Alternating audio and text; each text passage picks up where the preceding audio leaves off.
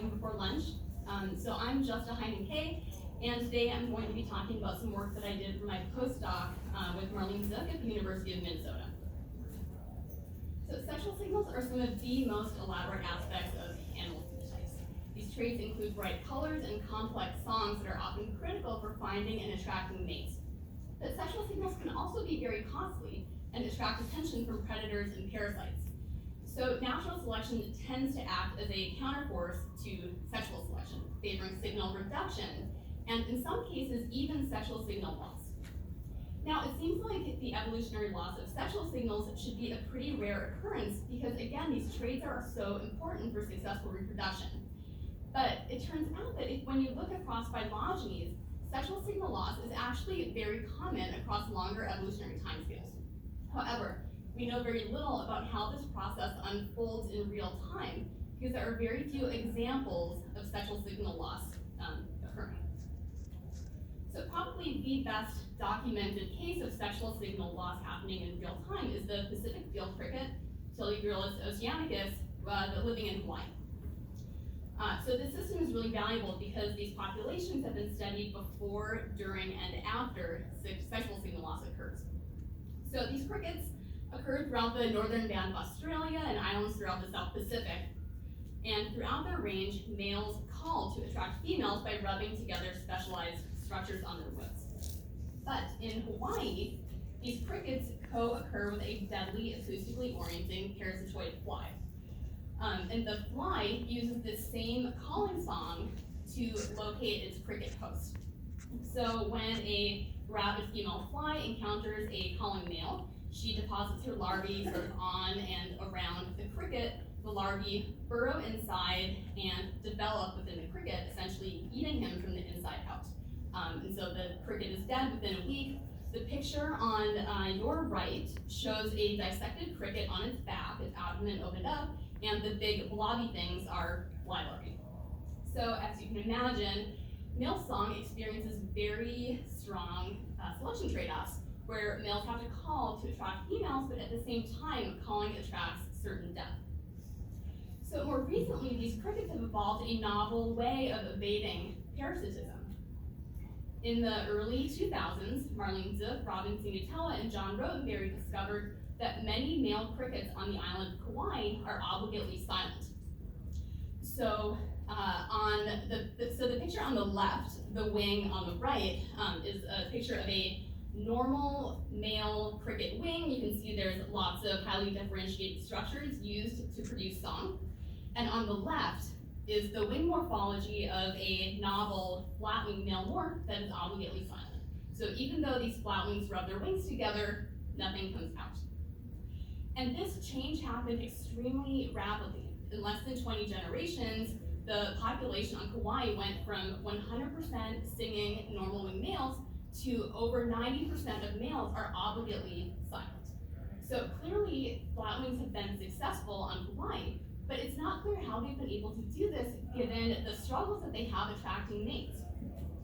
So I'm just going to highlight a few factors that we know have been important during the rapid spread of flatwings. So first of all, they have a clear survival advantage because these silent males are able to go undetected by the fly. Second, we know that behavioral flexibility, both in males and females for their mating behavior, has been incredibly important. Males have a pre-existing alternative mating tactic that they can use called satellite behavior. And this essentially involves a calling male producing song. A silent male or any other male can come and sort of sit alongside the calling male and intercept females that are attracted to his song. So we know that flatwings are able to overcome their own lack of song in this way. And we also know that females, for a variety of reasons that I'm happy to talk about later, have relatively weak mating preferences on the island of Kauai. So all these things together have been very important in facilitating sexual signal loss in Kauai. But one thing that I became really interested in is whether there's some other consequence of the rapid spread of flatwing that influences reproductive outcomes that might also be contributing to evolutionary dynamics of sexual signal loss. So the study I'm presenting today investigated how 3 major male attributes have been impacted by flatwing and how they correspond to reproductive outcomes in the system. So I'll explain each one and outline our predictions for how we think each attribute might impact offspring production. So first of all, again, there's this wing polymorphism in males that has a genetic basis. And so there could be some kind of pleiotropy or correlated evolution that might influence reproductive outcomes. So for example, we already know that flatwing males have smaller testes and express feminized gene expression profiles, including in the gonads. So we might expect that flatwings may have fewer offspring than normal wings. But at the same time, there's a lot of theory and empirical evidence in other systems showing that unattractive males or sneaker male morphs often have more competitive sperm characteristics. And so we might expect that flatwings might have more offspring due to this effect. And so our prediction in this case is relatively unclear. There might be a active morph, but we're not exactly sure which direction this may go.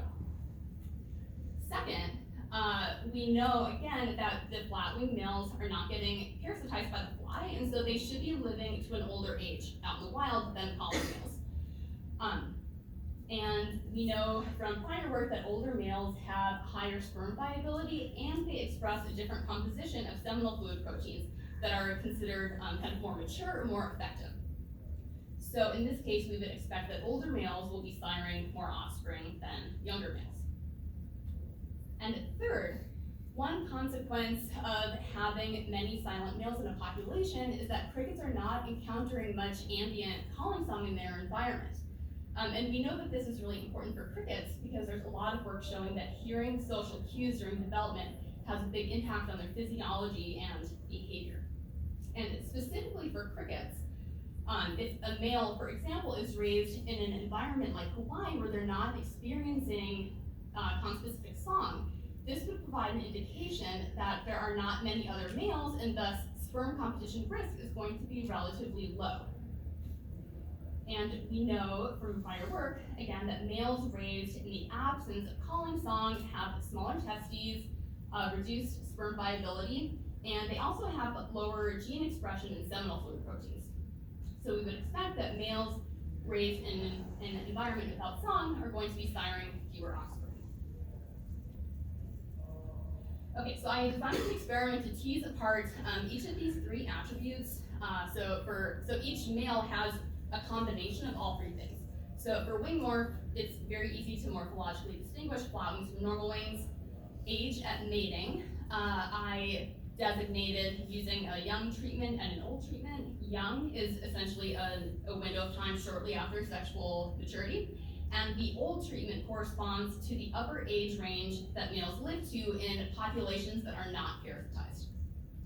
And finally, I manipulated the acoustic environment that crickets encounter during development. So they were raised in either a song-rich treatment where they're in an incubator with CD players playing calling song during their active time period, or the no song treatment would be the song poor treatment, and this would be an identical incubator, just the CD players did not hit play. And I conducted mating trials using virgin crickets, so we know that any offspring produced came from this one mating. I muted all males surgically and played a standard courtship song. This is so that I could control female perception of male attractiveness as mediated through song quality. Okay, and so then I recorded female latency to mount, which is a commonly used metric of female preference in crickets.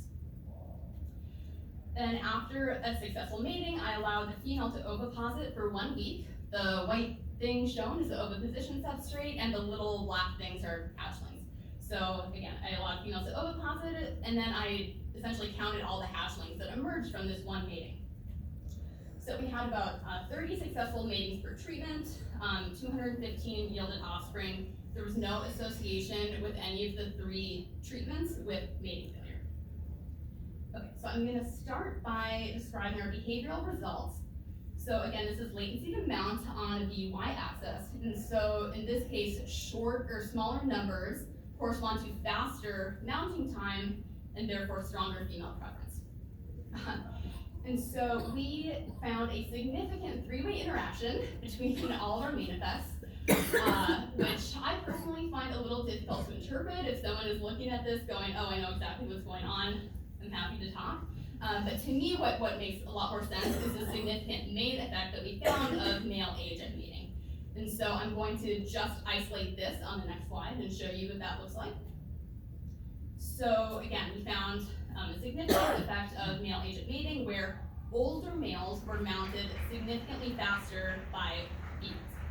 And so this should benefit flatwings, even though there's no direct effect of wing morph on female latency to mount, because flatwings should be older out in the wild. They should be benefiting by this female preference for older males. And this is not surprising. Female crickets often show a preference for older males. Okay, so moving on to reproductive success, we found that flatwing males sired significantly more offspring than normal wings. And this was really exciting because it means that even though flatwings have a harder time securing mates, when they do, they're essentially able to get more bang for their buck, and this should be really important in contributing to their rapid success out in the field. And so next, we found virtually no effect of male age at mating or acoustic rearing treatment. And this is really surprising because, again, we know all this prior work that has shown very significant differences in traits immediately corresponding to fertilization success in crickets. However, there was absolutely nothing going on with male age and acoustic treatments. Okay, so this study provided the very first evidence that flatwings have any kind of reproductive advantage that might be helping to facilitate this rapid success out in the wild. We found females mounted older males faster than younger ones, which again should benefit flatwings, and that per successful mating, all else controlled for, flatwings sired more offspring than singers. So again, it's not entirely clear what the mechanism is here, if there's some kind of pleiotropy that might be influencing seminal fluid proteins, for example. We have some follow-up work that we're currently planning in collaboration with Lee Simmons to try to look at some of this and try to understand what exactly is causing this difference between the male morphs. But regardless, it means that once flatwings are able to become this pre-copulatory challenge to attracting females, they're doing pretty well. So this likely contributes to the persistent success of flatwings in Hawaii. And more broadly, we suggest that concurrent shifts in reproductive ability might be generally important in driving the evolution of sexual signals in nature. So finally, I'd like to thank the many folks who contributed to this work, in particular Ellen Urquhart is an amazing undergrad who will be looking for graduate programs pretty soon, if anyone's interested, my funding sources, and I'd like to thank you all for being here. Thank you.